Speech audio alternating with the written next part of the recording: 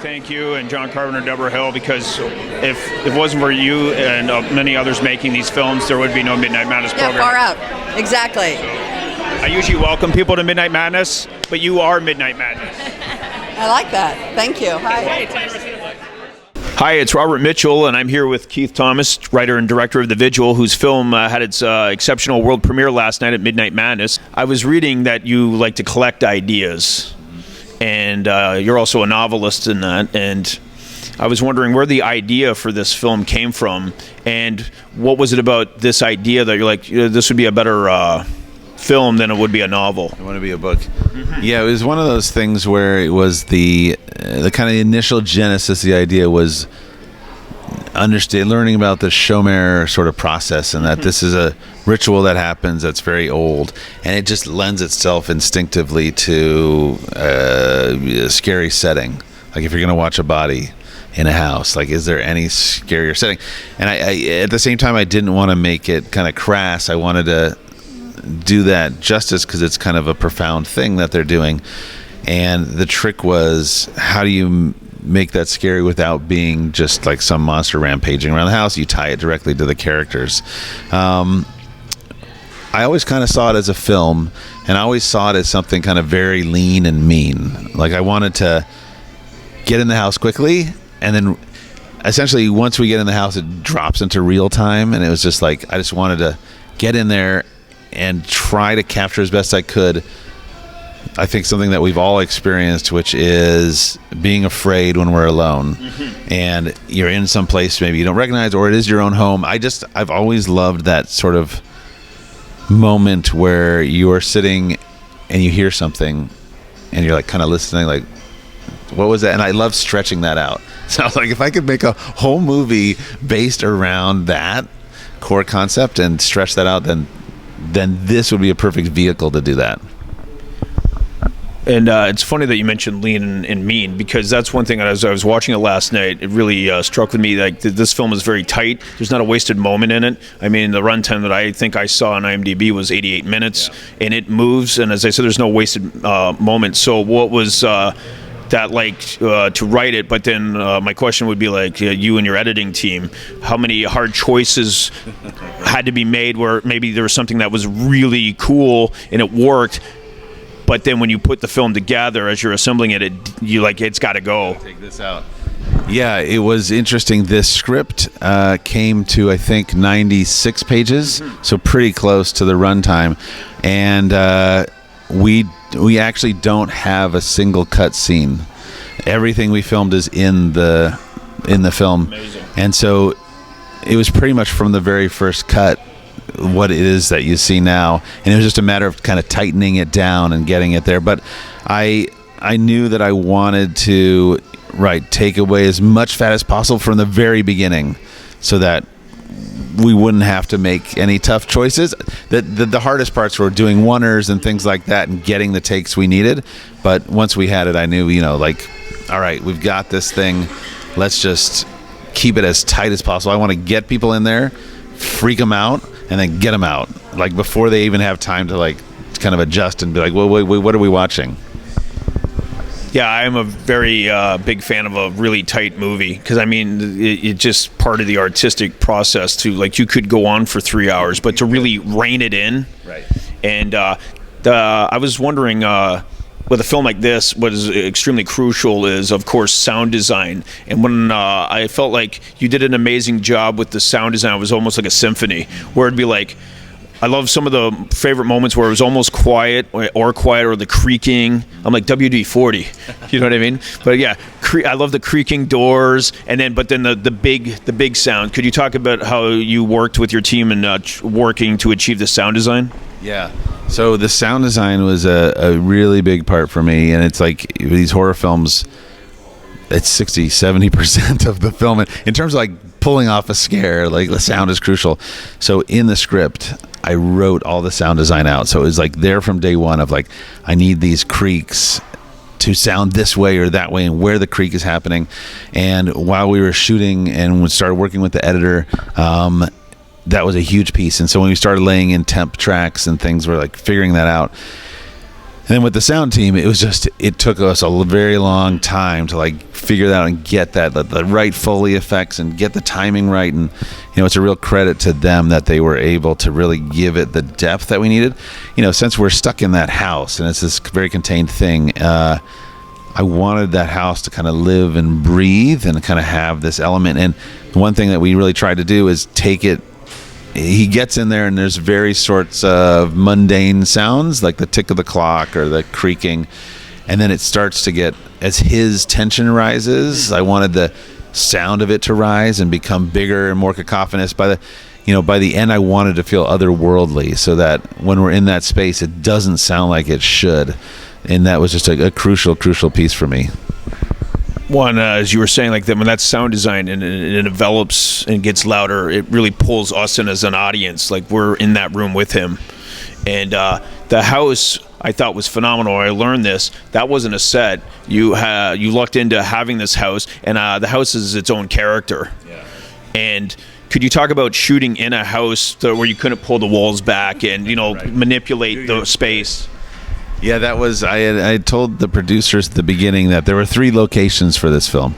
There was Brooklyn, the house, and then Dave's face. And those were the things that this whole thing would play on.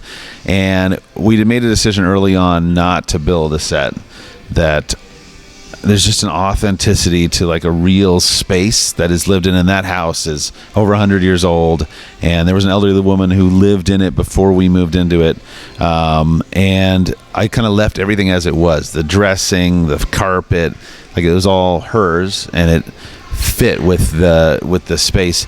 It's always tougher that way because it's harder to hang lights and there's so many dolly shots and just moving around that space. It's funny for me when I look at it, you see Dave in this empty house, these empty rooms, and what I see is where everyone's hiding. They're behind the couch, they're behind that wall, and there's someone actually under the body. There's a sound guy under the body. It's just making the stories and that, and you just like, as you're watching it, you're like, oh well, that person, oh get out, go. It's amazing. And speaking of Dave, I mean, wow.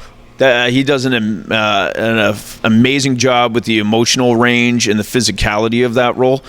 And could you talk about the casting process and how involved was that? And you really lucked into, you found and gave these actors an amazing space to work in. Yeah, it was... we knew for the majority of the cast that we wanted to have people who grew up in the Hasidic neighborhood, or either part of the neighborhood now or were former members. So all the people at the opening sequence of the film, the Footsteps meeting, they're all from the community. They all speak Yiddish and they're all part of it. And then for Dave, it was a real trick because I wanted somebody who both had the Hasidic knowledge and spoke the Yiddish, but also had this emotional range, because most of the film doesn't have dialogue, and it was like all about him reacting and playing those things, making that piece. So I was at a point where we had talked to some people, and I'd seen some really interesting choices in terms of actors, and I was just kind of taking a break from casting, and I happened to turn on that movie Bomb City, and in the movie Dave has a giant green mohawk, but there was just something really compelling about his presence on screen that I did some Googling and found out that he was Jewish, and I was like, okay, and Jewish and from like New York, New Jersey area. I was like, perfect. And so I contacted him. He read the script. He was like, I got to do this. But then came his really heavy lifting of, he came out early, he lived with the community, he learned the Yiddish lines, which was tough because he didn't speak Yiddish, but he does it in such a compelling way that it makes it very believable. So I got that aspect of it, and then his just tortured performance, that was what I was going for originally, and he like over-delivered on it. He just elevated beyond my expectations. Like, in some of those sequences in particular with his fear, like, if you talk to Dave about it, he'll talk about like how difficult it was, and how, a long shoot day is a long shoot day for everybody, and it's exhausting, especially when you're doing lots of overnights. And for him, it was, having to go there and go into that headspace a lot of the time and do that, it was exhausting. But he got up the next day and came in there and delivered it again. And in June I was in Brooklyn walking around and just hanging out and taking pictures and that, and it's cool because you're in all these neighborhoods and they flow, and as you said, the Hasidic Jewish community. Could you talk about how you came into that? I guess my question would be, how steeped are you into your religion, and then how much research did you have to also bring into that, if that makes sense? No, sure. So I had done a lot of my own personal research into theology and kind of ritual and but it was much more from a modern sort of, I wouldn't say secular, but a more modern, more liberal in a sense, wing of the faith. I had done a lot of reading about the Orthodox and had prayed at those synagogues and kind of spoken with a lot of rabbis, but I had to do both a deep dive on the community and figure out how it functions and how the Shomer position works, because it works differently in different communities, and the Psalms that they're saying. So when Dave picks up the book and he turns to a certain page, what page is that? And it was, going through a lot of that. And then in particular, the hardest stuff was the demonology aspect of it, because most Jews don't believe in demons, because in the Jewish religion, there is no hell and no devil. So the demons are not born from that, but kind of in the ultra-Orthodox community, demons exist as this kind of byproduct of creation, as these sort of spirits that have no bodies, that are kind of sparks of life, but they're in service to a higher power. They're not necessarily, they're there to test people, not so much steal their souls or do stuff like that. It's not punishment, right? It's testing. But the whole demonology around the demon in this film was super complicated, and almost none of it is translated into English. So I had to luckily I found a rabbinical source who had studied demonology and knew the Hebrew texts, and was able to do a deep dive and figure some of this stuff out with me. So, I knew a lot of it going in, but I didn't realize how much I didn't know as well, and how much research I had to do. After that process, you feel like you've learned more about yourself.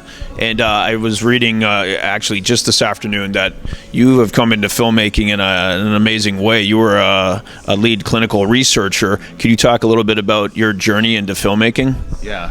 So I definitely took the long way around. I was very interested in being a filmmaker in high school, and I thought I would go to college and could potentially do that, and then just whatever paths went different ways, and I ended up pre-med but majoring in English literature. I studied some film, but it was all theory, Italian cinema, German cinema, those sorts of things. And then I did clinical research for over 10 years, where doing pediatric asthma, and in particular I worked with people with Alzheimer's and dementia in nursing homes. And a lot of those experiences started to inform my writing. I started writing novels and publishing novels and working with the literary scene, and there's a lot of overlap. So, various things I'd written would find their way to Hollywood, and then I started writing screenplays, and I did screenwriting for a while. And then when it came time for me to kind of break out on my own and just I want to do my own thing. I know it's going to be horror. I had to give myself this film school boot camp. So I convinced my wife to let us use some of our savings, and I made a short film that I wrote, produced, Arcane, that I wrote, produced, directed, and just did everything on, just so I could learn every aspect of it. It was my film school, and it was 3 months of development, and then 2 nights shooting, and I'm really proud of how it turned out, considering how everything that could go wrong did. I'm there's no way a 2-night shoot is going to have that many problems, but oh my God, it did. Things you can't control, someone got kidney stones, had to go to the ER, that sort of stuff, the gaffer, in the of life, and just life in one of these bubbles, and doing this. So I came about it by a very circuitous route, but I feel as though it's funny, because I feel making the Vigil, I feel like my old 17-year-old self. That was the film I wanted to make. It just, took another 20 years to actually get there and make it. Yeah, you got there. Yeah. And I feel I would feel because of your journey, it's going to infuse your stories with more life and experience than if some kid comes out of film school at 19 or 25 or whatever, and you bring an authenticity to it is what I guess I'm trying to say. Yeah, I think it's certainly true with this script that when I wrote it, I both pulled from my own kind of research background in terms of dealing with an elderly person with dementia and like what that truly looks like and the ramifications. But then being at a different stage in my life where I've got children and a wife and I've had a career, and I feel like I got to a point of maturity where I was ready to tell these stories, and I could tell them with a sort of both authenticity and kind of it's funny. I think if I had gone to film school and then come right out and started making films, I'd be a much more of a nervous wreck. I ended up, I'd lived enough so that when things are chaotic on set, I didn't, I was able to be pretty chill and be like, okay, you know what, we're going to make this happen. And I finally kind of came into my own, maybe a little later, but I don't think I could have done this earlier. Like for me, this personal journey, I had to be here now to make this. Well, I was going to say, like, it almost adds, like, as you said, you're have a lot more life experience behind you, and you're a father and everything, and there's also an urgency to that, though, where you're like, okay, I'm in this moment now, so I'm going to grasp it and roll and make this movie. And as difficult as that is, because I was thinking just this morning, I'm like, in the past couple of weeks, like, at some point I would like to make my film, but do I really want to subject my wife and I to that process?